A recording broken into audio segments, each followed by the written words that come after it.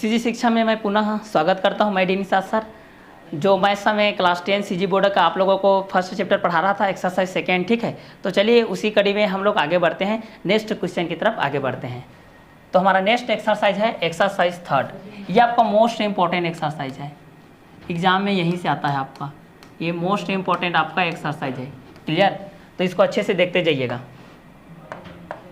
ये देखिए, निम्नलिखित बहुपदों के मध्य पद तोड़ करके गुणनखंडन कीजिए। मध्य पद तोड़ करके इसका गुणनखंड करना है। ये आपका जो क्वेश्चन होता है ये इसके बेस पे है। देखिए ax² plus bx plus c के रूप में है। इसका गुणनखंड हम लोग क्या करते हैं कि c का मल्टीप्लाई a के साथ करते हैं। ठीक है, c का मल्टीप्लाई a के साथ करते हैं और इसका जितना गुणनखंड आता है उसको b के रूप में हम लोग तोड़ करके लिखते हैं। क्लियर? जैसे कि मैं क्वेश्चन में बताऊंगा तो आपको ज़्यादा समझ में आएगा। क्लियर? जैसे यहाँ पर है, देखिए सॉल्व कर रहे हैं। यहाँ पर दिया गया है हमको, देखिए यहाँ पर दिया है x² minus 3x minus 4। Clear? इसका तुलना हम लोग करते हैं, इसका तुलना हम लोग द्विघातीय समीकरण से करते हैं। ठीक है, की तुलना द्विघातीय समीकरण ax² plus bx plus c equal to 0 से करने पर ठीक है, तब की स्थिति में इसका मल्टीप्लाई होगा। ये आपका देखिए इसका मल्टीप्लाई होगा 4 का, तो यहाँ पर इसको मानते हैं हम लोग, देखिए a मानते हैं, ये ax² है प्लस bx है प्लस c है, ये इसके बेस पे है। देखिए तो मैं यहाँ पर बोला हूँ, देखिए कि c का मल्टीप्लाई a के साथ होता है, मतलब 4 1 जा कितना हो जाएगा 4। यहाँ पर x को 1 मानते हैं तो 4 1 जा 4। अब आपको ऐसी संख्या सिलेक्ट करना है जिसको मल्टीप्लाई करने पर 4 आ जाए और उसको प्लस माइनस करने पर कितना आ जाए, -3 आ जाए। क्लियर? तो ऐसी संख्या हम लोग सिलेक्ट करते हैं। देखिए यहाँ पर x², ठीक है, x² हो जाएगा माइनस हो जाएगा आपका 4x हो जाएगा। अब 4x है तो चूंकि 4 कब आएगा, जब 4 के साथ ही गुणा होगा, इसे मैं कितना घटाऊंगा तो 3x आ जाएगा, प्लस x घटाऊंगा, -4 इक्वल टू हो जाएगा 0। क्लियर? तो चलिए यहाँ पर हम लोग देखते हैं। अब यहाँ पर कितना हो जाएगा, x -2 है, -4x प्लस x -4 है। यहाँ पर x आपका कॉमा आ गया तो यहाँ पर बचेगा x -4। क्लियर? और यहाँ पर क्या बचेगा आपका 1 निकल गया तो यहाँ पर बचेगा आपका x -4 इक्वल टू 0। तो आपका जो आंसर आएगा वो कितना आ जाएगा, x -4 आ जाएगा और x + 1 आ जाएगा। ये रहेगा आपका आंसर। ठीक है, जब इसका आप लोग मध्य पद तोड़ करके गुणनखंडन करेंगे तो। क्लियर? ये था आपका गुणनखंड करने का तरीका। ठीक है, क्या करना है आपको, c को a के साथ मल्टीप्लाई करना है, जो आएगा उसको b के साथ रखना है। क्लियर? तो चलिए इसी कड़ी में हम लोग नेक्स्ट क्वेश्चन देखते हैं।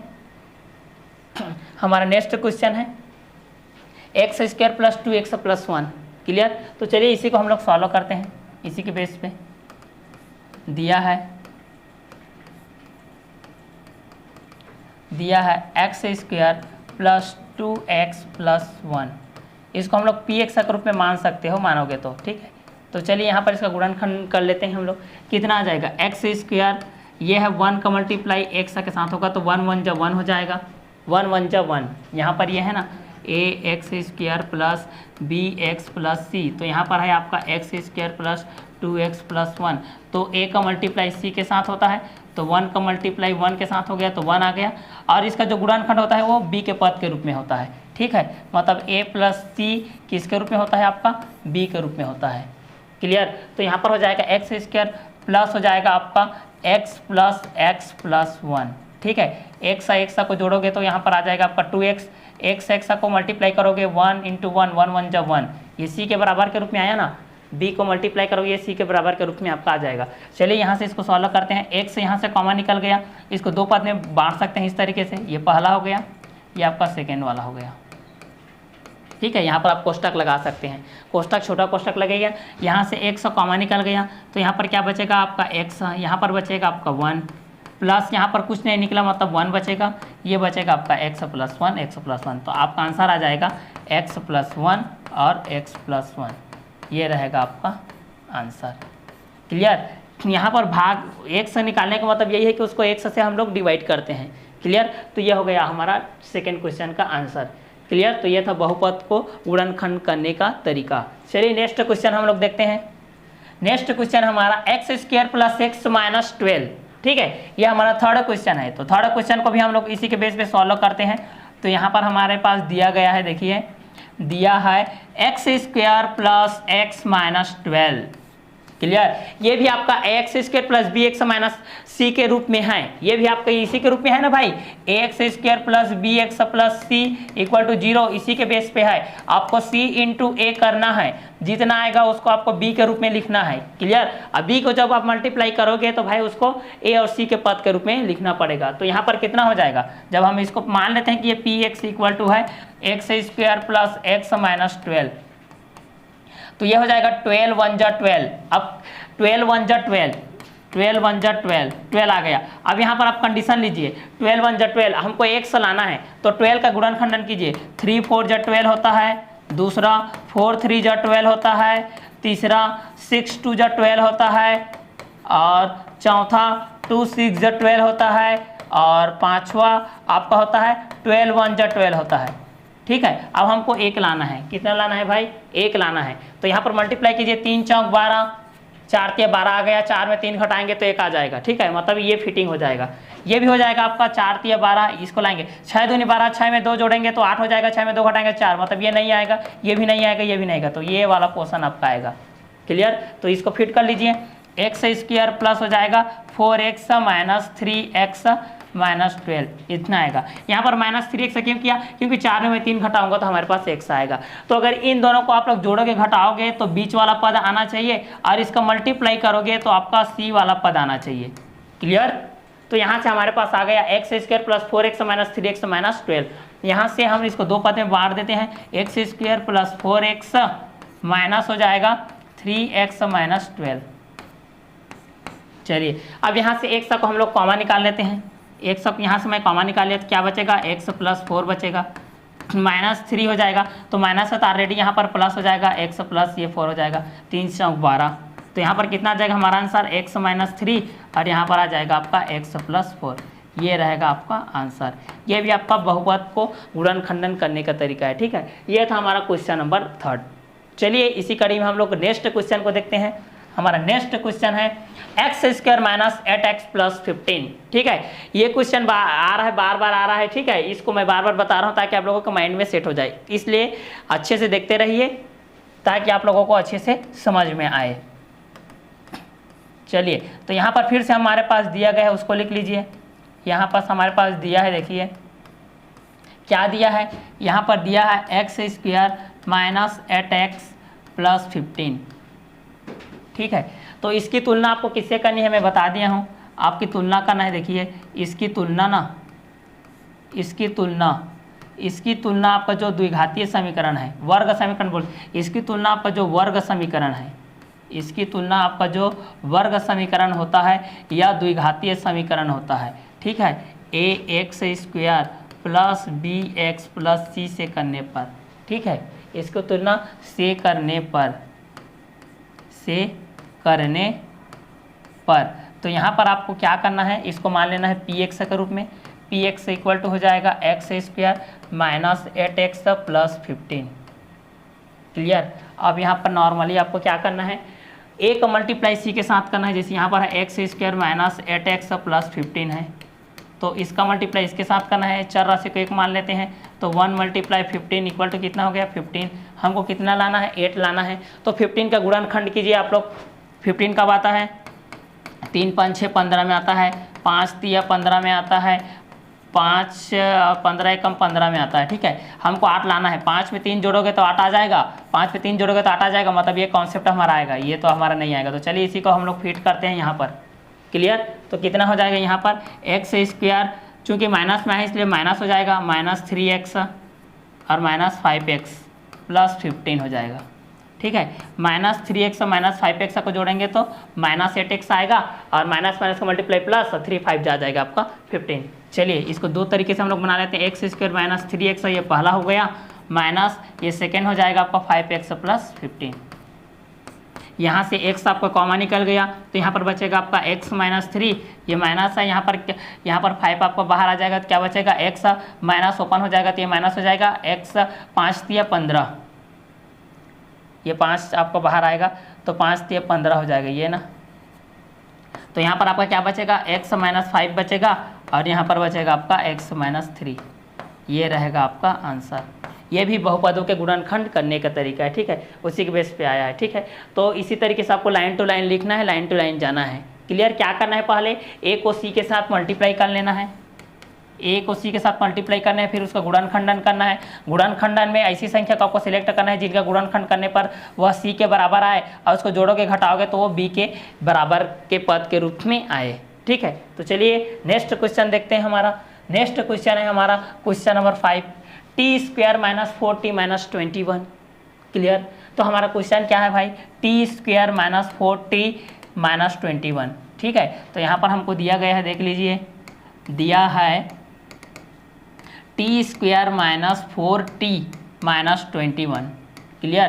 तो इसको मान लेते हैं हम लोग पी एक्स के रूप में, ठीक है। तो चलिए यहाँ पर क्या याद करना है, वही है कि A X square plus B X plus C, तो यहाँ पर है T square minus 4t minus 21, इस तरीके से है।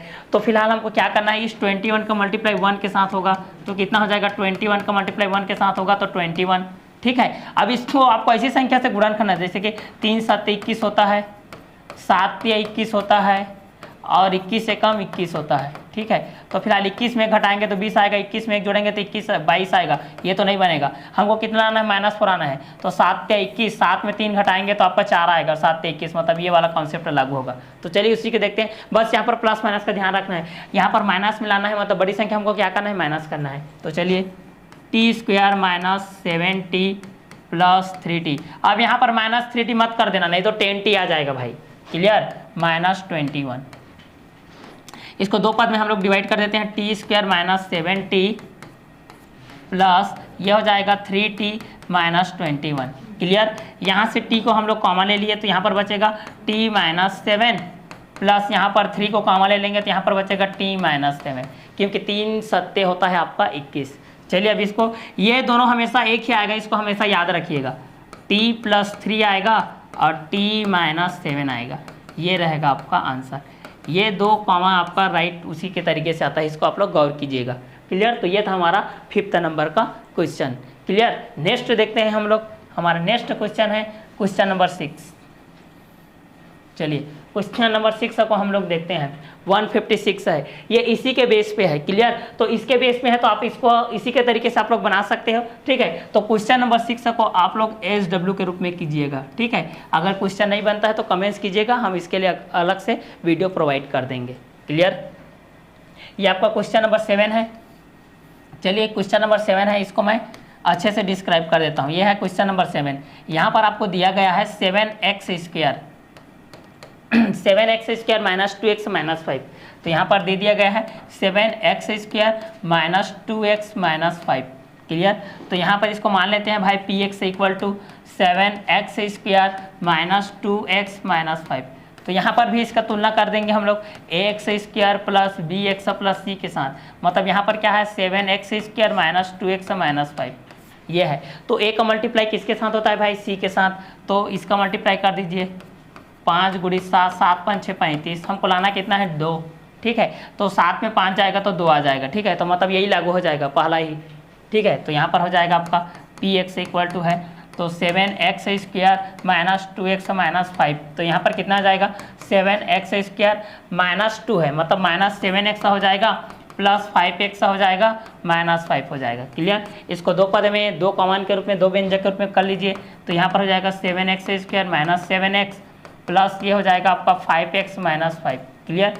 यहाँ से आपका 7x कम आ गया तो यहाँ पर बचेगा आपका x माइनस 1, यहाँ से आपका 5 कम आ गया, यहाँ पर बचेगा x माइनस 1, ठीक है। 5 1 जा 5। क्लियर? तो यहाँ पर आपका आंसर कितना आ गया भाई 7x प्लस 5 और x माइनस 1, ये रहेगा आपका आंसर। क्लियर? तो ये था हमारा गुणनखंड प्रमेय के बेस पे। क्लियर? तो ये था हमारा क्वेश्चन नंबर 7। नेक्स्ट क्वेश्चन देखते हैं हम लोग, क्वेश्चन नंबर 8। क्वेश्चन नंबर 8 क्या है, 12x square minus 24x plus 12। Clear? तो चलिए इसको भी हम लोग सॉल्व करते हैं। ये भी गुणनखंड प्रमेय पर आधारित है, गुणनखंडन इसका भी करना है। तो फिलहाल इसके पास हमको क्या दिया गया है, देखिए दिया है, क्या दिया है भाई 12x² minus 24x plus 12। Clear. तो यहाँ पर दे दिया कि इसको मान लेते हैं px इक्वल टू है 12x² minus 24x plus 12। Clear. तो a का मल्टीप्लाई c के साथ करना रहता है, तो 12 का मल्टीप्लाई हम लोग इसके साथ करेंगे, 12 के साथ करेंगे। ठीक है, यहाँ पर 12 का मल्टीप्लाई 12 के साथ करेंगे, कितना आ जाएगा 144। 144 करेंगे तो 12 इंटू 12 144 आता है, और 12 के साथ 12 को जोड़ेंगे तो 24 आ जाएगा। मतलब हमारे पास यही गुणनखंड, यही फैक्टर काम आएगा। ठीक है, तो चलिए यहाँ पर लिख लेते हैं 12x² minus 12x minus 12x plus 12। Clear. चलिए यहाँ पर 12x² माइनस 12x को एक साइड में कर लेते हैं, माइनस यहाँ पर हो जाएगा आपका 12x प्लस 12। क्लियर। तो यहाँ पर हम लोग देखेंगे 12x कॉमा आ जाएगा, तो यहाँ पर क्या बचेगा x बचेगा, माइनस यहाँ पर बचेगा 1, यहाँ पर आपका फिर से 12 कॉमा आ जाएगा तो x बचेगा, चूँकि माइनस चिन्ह है तो माइनस प्लस का माइनस होता है, x माइनस 1। क्लियर। तो हमारा आंसर क्या आ जाएगा भाई 12x माइनस 12, और यहाँ पर आ जाएगा x माइनस 1। ये रहेगा आपका आंसर। ठीक। तो ये था हमारा क्वेश्चन नंबर 8। क्लियर। गुणनखंड प्रमेय पर आधारित था। तो गुणनखंड प्रमेय पे ये सारे क्वेश्चन 8 क्वेश्चन हो गए। अगला क्वेश्चन है आपका क्वेश्चन नंबर 9। ठीक है, ये क्वेश्चन नंबर 9 को देखिए, 6x² माइनस 7x माइनस 3 है। तो चलिए क्वेश्चन नंबर 9 को देखते हैं हम लोग, इसको भी सॉल्व कर लेते हैं भाई। तो यहाँ पर भी हमारे पास दिया गया है, देखिए दिया है 6x² माइनस 7x माइनस 3। अब आपको तो पता चल गया होगा कि a को c के साथ मल्टीप्लाई करना है, उसको बार बार लिखने की कोई आवश्यकता नहीं है। यहाँ पर मल्टीप्लाई कर लीजिए, 6 तिया कितना होता है 18, 6 तिया कितना होता है 18। 18 का गुणनखंड कीजिए, हमको 7 लाना है, 6 तिया 18। तो पहला होता है 3 छक्के 18, दूसरा होता है 2 निया 18, तीसरा होता है 9 दूनिया 18। हमको कितना लाना है 7 लाना है। तो 6 में 3 जाएगा तो 3 आएगा, 6 में 3 जुड़ेगा तो 9, मतलब ये लागू नहीं होगा। 9 में 2 जाएगा तो 7 आएगा, मतलब 7 लाना है भाई, ये लागू होगा। ठीक है, तो चलिए इसी को हम लोग करते हैं। तो यहाँ पर हो जाएगा 6x² minus 9x plus 2x minus 3, ये आएगा। अब यहाँ पर सर प्लस क्यों लिखे बोलने से, क्योंकि बड़ी संख्या में माइनस 7x है तो बड़ी संख्या में माइनस रहेगा तब माइनस में आएगा। क्लियर। तो चलिए यहाँ पर देखते हैं, इसको 2 बना लेते हैं भाई। 6x² माइनस 9x प्लस यहाँ पर हो जाएगा 2x माइनस 3, यहाँ पर आपका आ जाएगा 3 आ जाएगा। ठीक है, चूँकि दोनों में आएगा ये 3x यहाँ पर आ जाएगा। ठीक है, तो 3x आएगा तो कितना बचेगा यहाँ पर 3 2 जा 6, 3 2 जा 6, x बचेगा 3 3 जा 9, यहाँ पर आपका 1 निकलेगा तो यहाँ पर बचेगा 2x माइनस 3। ठीक है, तो हमारा आंसर कितना आएगा 3x प्लस 1 और 2x माइनस 3, ये रहेगा हमारा आंसर। क्लियर। ये था हमारा आंसर क्वेश्चन नंबर 9 का, एक्सरसाइज 3 का। क्लियर। चलिए नेक्स्ट क्वेश्चन देखते हैं। ये क्वेश्चन है आपको क्वेश्चन नंबर 10, ये इसी के बेस पे है 14y² प्लस 19y माइनस 3। इसको भी आप लोग SW के रूप में कीजिएगा। क्लियर। नेक्स्ट क्वेश्चन है हमारा क्वेश्चन नंबर ये रूट वाला है, इसको भी आप लोग SW के रूप में कीजिएगा। अगर क्वेश्चन समझ में नहीं आएगा, ठीक है, तो इसको हम लोग अगले वीडियो में प्रोवाइड करेंगे। ये आपका 144 वाला है, सेम इसी के बेस पे है, इसको भी आप लोग सॉल्व कीजिएगा SW के रूप में। क्लियर। जहाँ से 2 नंबर का क्वेश्चन आता है आपका बोर्ड में, ठीक है, लिख करके ले लीजिए कि ये 2 नंबर के क्वेश्चन यहीं से आता है। क्लियर। तो यहाँ से जो 2 नंबर का क्वेश्चन आता है उसी के बेस पे हम लोग देखेंगे एक्सरसाइज 4। तो इसी के बेस पे है ये क्वेश्चन। नीचे x² plus bx plus c के रूप में कुछ द्विघातीय बहुपद के शून्यक दिए गए हैं, उनका बहुपदों का गुणनखंड लिखना है आपको, इसका गुणनखंड लिखना है। इसके लिए एक फार्मूला होता है, जैसे कि आपका फर्स्ट क्वेश्चन का दिया गया है x3 4 है, तो इसका एक सूत्र होता है x माइनस अल्फा होता है और x माइनस बीटा होता है, इसका ये सूत्र होता है।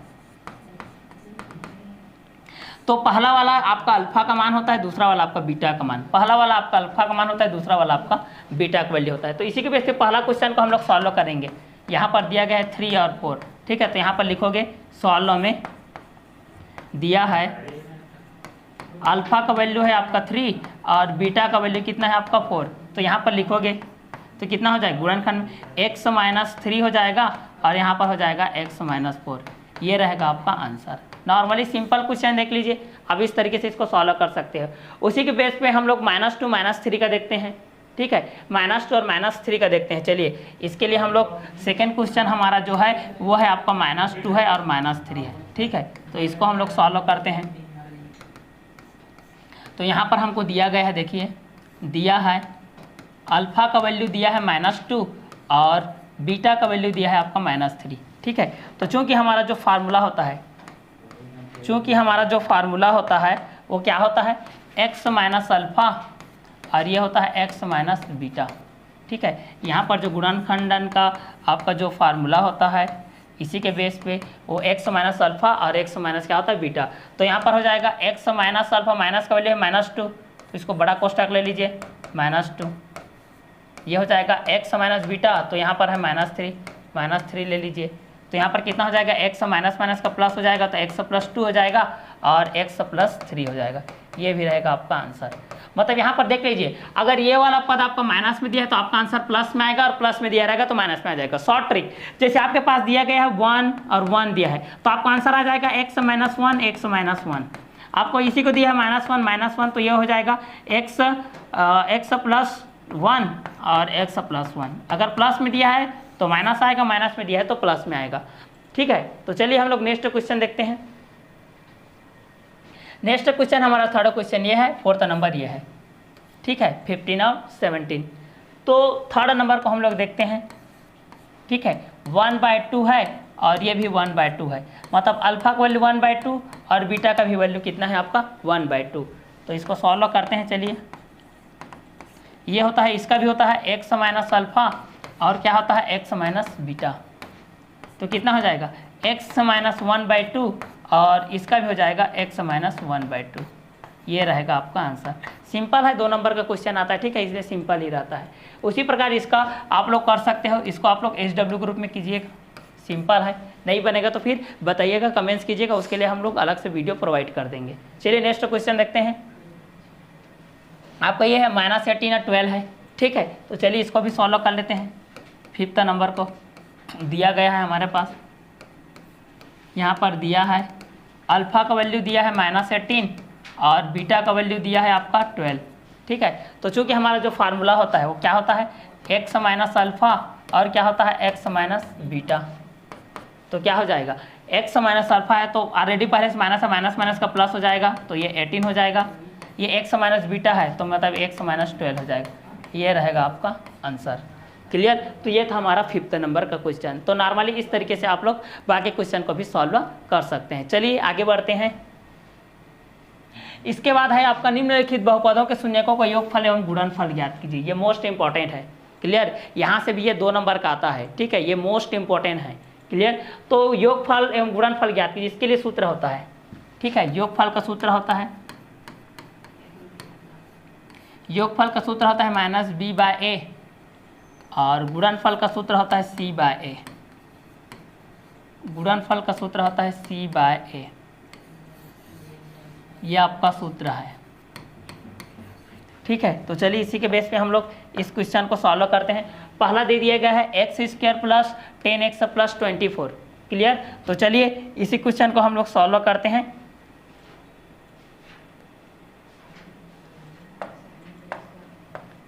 ये हमारा क्वेश्चन देखिए x²। तो चलिए इसी को सॉल्व कर लेते हैं हम लोग, ठीक है। तो पहला x² प्लस 10x प्लस 24, ठीक है। इसकी तुलना हम द्विघातीय समीकरण से करेंगे, इसकी तुलना हम द्विघातीय समीकरण से करेंगे, इसकी तुलना हम द्विघातीय समीकरण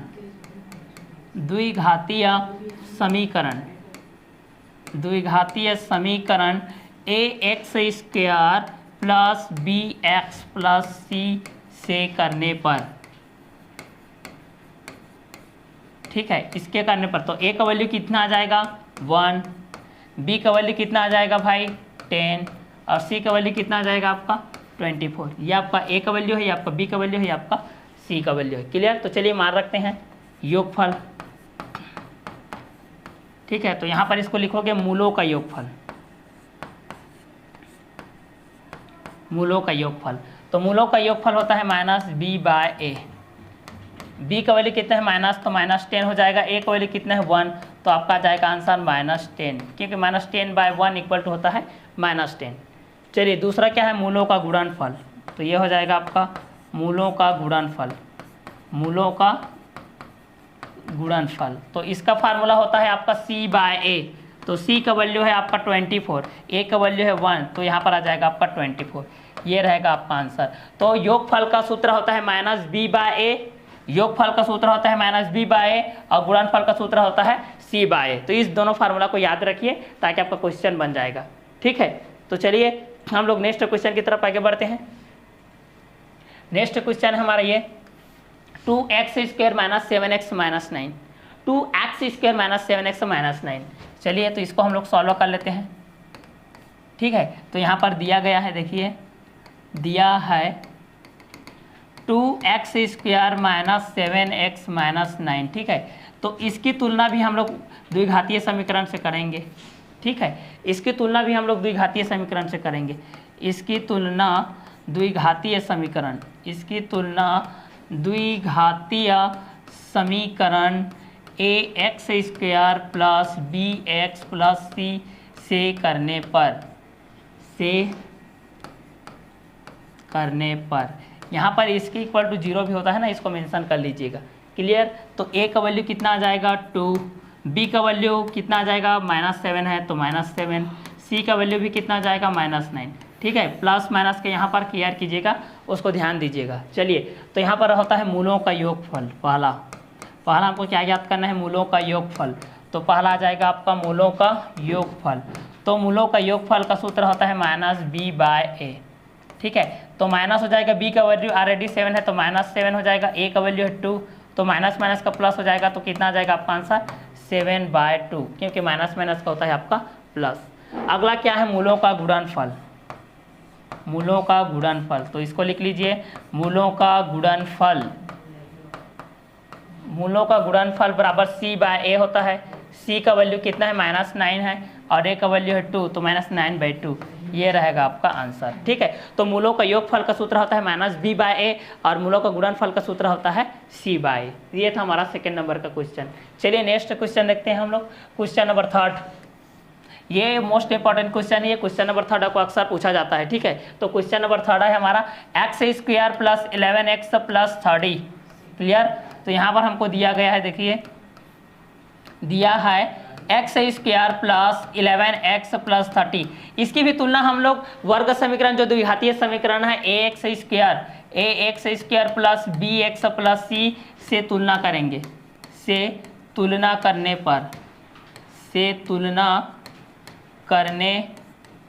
पर इससे हम लोग तुलना करेंगे तो यहाँ पर क्या आ जाएगा, a का वैल्यू कितना आ जाएगा 1, b का वैल्यू कितना आ जाएगा, देखिए b की जगह में कौन है भाई 11 तो 11, c के जगह में कौन है देखिए भाई, तो c के जगह में कौन है आपका 30 तो 30 आ जाएगा। क्लियर।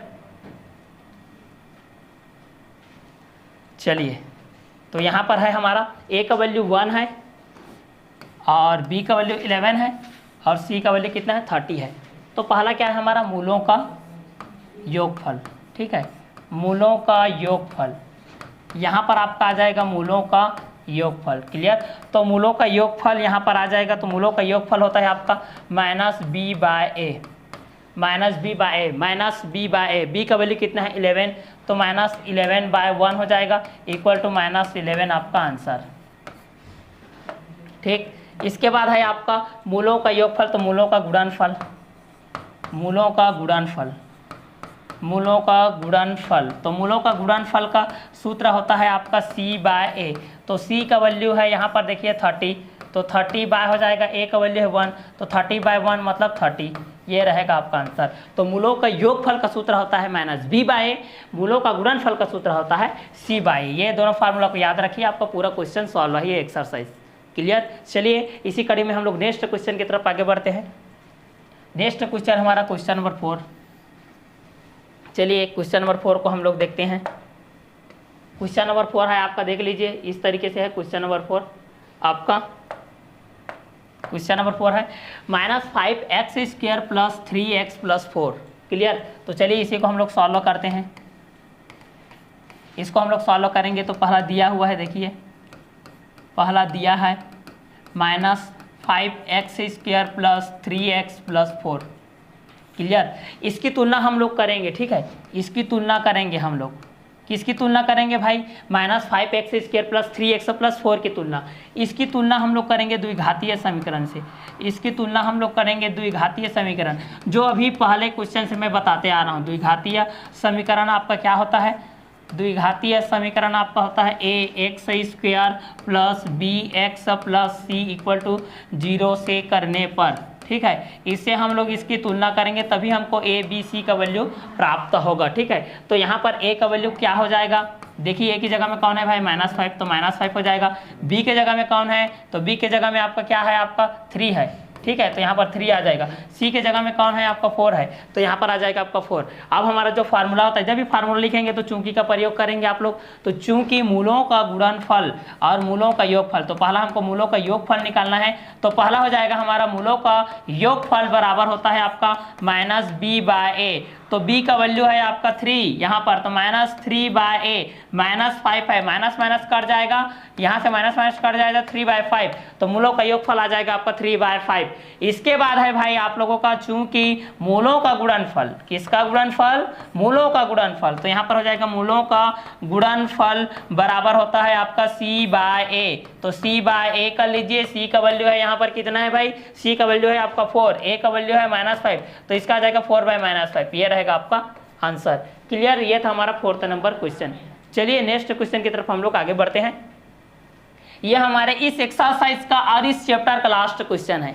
क्लियर, फिर इसका इस चैप्टर का इस बहुपद का हम लोग क्लोजिंग सेरेमनी कर देंगे, ठीक है। फिर आपको जो भी क्वेश्चन का डाउट रहेगा, जो भी रहेगा, तो कमेंट्स कीजिएगा, ठीक है, उसमें हम लोग अलग से वीडियो प्रोवाइड कर देंगे। तो ये इस चैप्टर का इस एक्सरसाइज का लास्ट क्वेश्चन है, तो इस क्वेश्चन को अच्छे से देखिए। क्वेश्चन क्या बोल रहा है, x² + x - 12, इसमें भी मूलों का योगफल और मूलों का गुणनफल याद करना है, ठीक है। तो चलिए यहाँ पर भी इसको लिख लेते हैं हम लोग, मूलों का गुणनफल और मूलों का योगफल, ठीक है। तो इतने क्वेश्चन तो बताते आ रहा हूँ, आप लोगों के माइंड में अब आ ही गया होगा कि भाई इसकी तुलना किससे करनी है, तो इसकी तुलना करनी है ax² + bx + c से करनी है, ठीक है। तो चूंकि यहाँ पर दिया गया है, देखिए दिया है x² + x - 12, ठीक है। तो इसकी तुलना हम लोग किससे करेंगे, जो द्विघातीय समीकरण है आपकी, ठीक है। तो इसकी तुलना कर देते हैं भाई, इसकी तुलना हम लोग कर देते हैं, इसकी तुलना ax² + bx + c = 0, जिसको हम लोग बोलते हैं द्विघातीय समीकरण। क्लियर, इसके साथ तुलना करते हैं। तो a के जगह में कौन है, देख लीजिए यहाँ पर कुछ नहीं है, मतलब 1। b के जगह में कौन है, देख लीजिए कुछ नहीं, मतलब 1। और c के जगह में कौन है भाई, तो -12, तो c के जगह में आ जाएगा -12। इसी वैल्यू को हमको रखना है, ठीक है। तो मूलों का गुणनफल होता है और मूलों का योगफल होता है। तो चूंकि मूलों का योगफल हम लोग पहला देखेंगे, तो चूंकि मूलों का योगफल आपका होता है -b/a, तो -b/a, b का वैल्यू कितना है 1, तो यहाँ पर हो जाएगा -1, a का वैल्यू है 1, तो -1/1 मतलब -1, ये रहेगा आपका आंसर। सेकेंड में आपको क्या निकालना है भाई, तो मूलों का गुणनफल। तो चूंकि यहाँ पर होता है आपका मूलों का गुणनफल, तो मूलों का गुणनफल देखते हैं। तो मूलों का गुणनफल बराबर आपका होता है c/a, c का वैल्यू है आपका -12, तो -12 हो जाएगा, 1 है a का वैल्यू, तो इसका आंसर आ जाएगा आपका -12, क्योंकि 12/1 मीन्स -12। तो ये था आपका मूलों का योगफल है, मूलों का गुणनफल। इतने में आप लोगों का ये चैप्टर 1 इतने में आपका क्लोज है, ठीक है। इतने में आपका चैप्टर 1 कंप्लीट हो गया। तो इतने में आप लोग क्वेश्चन को ज़्यादा से ज़्यादा प्रैक्टिस कीजिए, कॉपी नोटबुक जो बनाए हैं उसमें नोट डाउन करके रखिए, ठीक है, अच्छे से। और हमारे चैनल को सब्सक्राइब कीजिए, लाइक कीजिए, कमेंट कीजिए, ठीक है। जो भी आपको वीडियो में कन्फ्यूजन होगा या जो भी क्वेश्चन आपको समझ में नहीं आएगा, तो कमेंट्स कीजिएगा, ठीक है। हम और आगे की वीडियो में और अच्छे एक्सप्लेन करके आप लोगों को बताएंगे। तो आज का क्लास हम लोग यहीं वर्क करते हैं, ठीक है। Okay, bye, have a nice day.